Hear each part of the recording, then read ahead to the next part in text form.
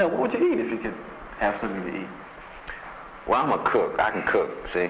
So what would you cook? Well, I'd cook. If I was out of jail, I've been in jail now about 6 months. I like to go home and get my wife, and we'll go down to the co-op market somewhere, and we'll buy some cube steaks, you know what I mean? Some nice little thick cube steaks, you know, and bell peppers, onions, and all this other stuff, you know. And I'd go home. I'd do the cooking more than likely. We'd cook together. Would you do most of the cooking at all? No, I don't do most of the cooking. I would do the cooking when I really want to eat something that I want to eat, you know, the way I want to cook. When she can cook. She learned how to cook. When she first married, all she could cook was spaghetti, see.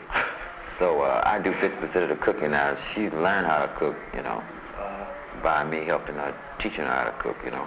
Well, I had to learn how to cook when I was in L.A., when I was living by myself, see. And well, I had to learn how to cook what I could, you see, because I really didn't have no money. I was hung up one time and just broke, you know.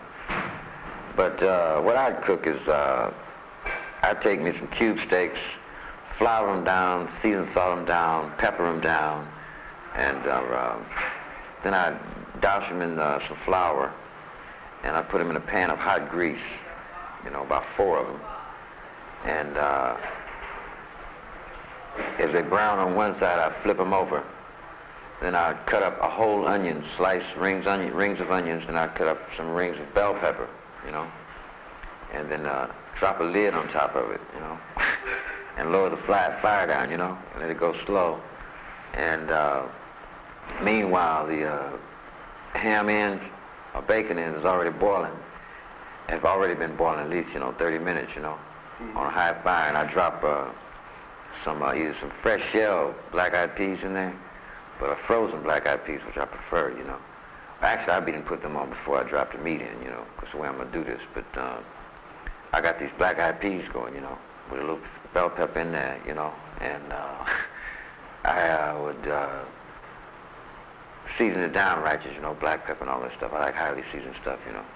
Then I got this pan of rice-a-roni cooking. See, I've got this 3 or 4 slabs of butter in the bottom of this pan. It's just melting, and I throw this rice-a-roni and let it brown over, you know what I mean? And boom, throw all this stuff in, and I take 3 tomatoes, 1 tomato, you know. After the rice steams up inside, you know, I put the water in, put the little herbs and all this stuff, this beef rice-a-roni, you see. And after it comes up, I take a tomato on top of the rice. I stir it up and then let it steam a little bit, and I take a tomato and slice it all up and put the slices all over the top of the rice and put the lid back on it, you know, and then let it sit there, you know, real low fire, let that juices from the tomato simmer down into the rice. You dig? And I have some cornbread, you know.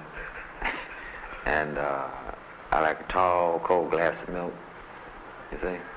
And when that cornbread is hot, and rice-a-roni is hot, you know, and everything is cooking, what I do, I take the meat out of the pan, and I put 4 or 5 tablespoons of flour in the bottom of the pan. It'll be equated with the amount of grease, you know, and the juices and seeped out of the meat, you know, into there, and, you know, it's kind of cooked too, you know. And you let the flour brown, you see. And then that's when I go to my thing, you know. I get me half a bottle of steak sauce, you know, and dump it in there, some hot sauce and dump it in there, and some peppers out of a jar and dump it in there, a little more seasoning sauce, salt it down and taste it, you know. You have to taste your food, you see. It tastes good, boom. And take all the meat and put it back in the pan, you see. Cut up a few more onions, a few more bell peppers, you see. Tomato maybe, you know. Boom, and put the lid back on there and just let it simmer there, you know what I mean, for about 20 minutes. Everything is nice and hot, and that's what I have. Some cornbread with butter in between it, some black-eyed peas, the ham ends, the bacon ends, or whatever you got in there. Or a ham hock, you have to boil it a little early, you know what I mean, get it done, you know. And I agree, man. I like to get down to it. That's where it's at to me. Country brown cube steak smothered down in country brown gravy. Black-eyed peas and rice-a-roni with all the gravy I want to put on it, you know, with all the way I got it seasoned just the way I like it, and a tall glass of milk, and I can see why you're doing it the simple way after all that. I mean, I like to eat, you know.